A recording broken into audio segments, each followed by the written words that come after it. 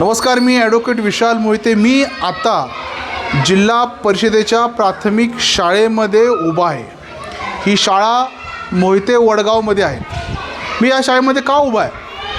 कारण की या शाळेच्या 4 खोल्या 22 नोव्हेंबर 2025 रोजी बांधण्यात आला, त्याचं उद्घाटन झालं. विशेष म्हणजे या 4 खोल्यांचं बजेट किती असेल तर या 4 खोल्यांचं बजेट होतं 56 लाख रुपये. साहजिकच 56 लाख आणि 4 खोल्या, परंतु भ्रष्टाचाराची परिसीमा कशी गाठली जाते याचं उदाहरण मी तुम्हाला देतो. 22 नोव्हेंबर 2025 रोजी या ठिकाणी या भागाचे आमदार पलूस कडेगावचे डॉक्टर विश्वजित कदम यांच्या हस्ते या वास्तूचं उद्घाटन झालेलं आहे. आज मी या वास्तूमध्ये उभा आहे. संपूर्ण पाणी आहे.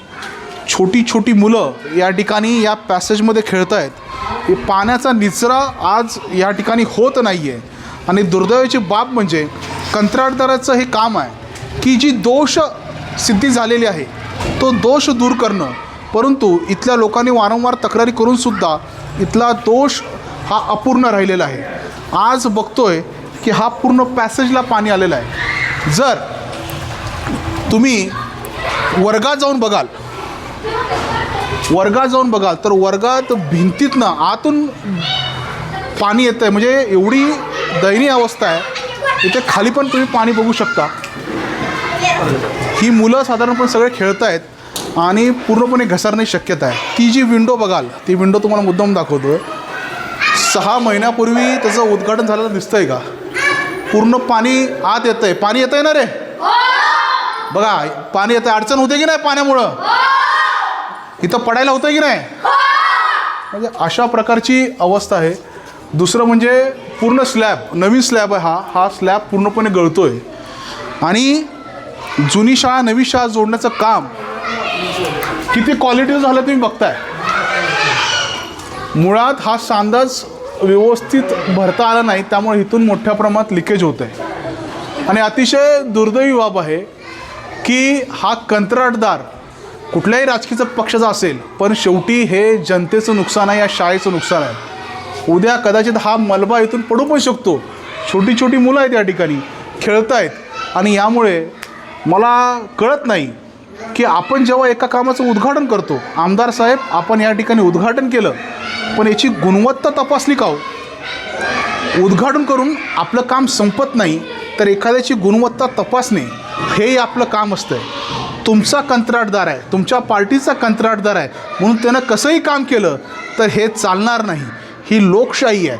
हा तुमच्या खिशातला पैसा नाही, हा सर्वसामान्य जनतेतल्या खिशाचा पैसा आहे.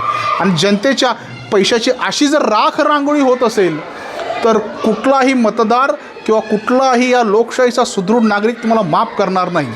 फीत कापून तुम्ही मोकळं झाला, काही अडचण नाही, फिता कापा, पण फिता कापताना एवढी तरी दक्षता घ्या की ज्या वास्तूचं मी 6-7 महिन्यापूर्वी उद्घाटन केलं आहे त्या वास्तूची अशी दुर्दशा का होते.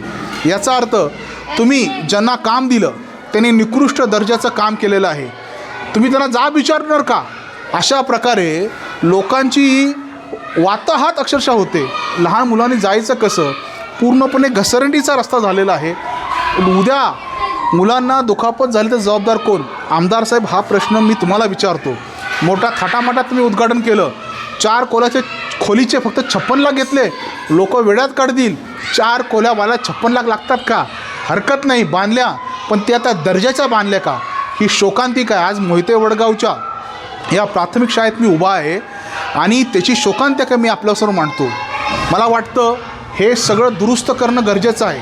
याचं ऑडिट झालं पाहिजे.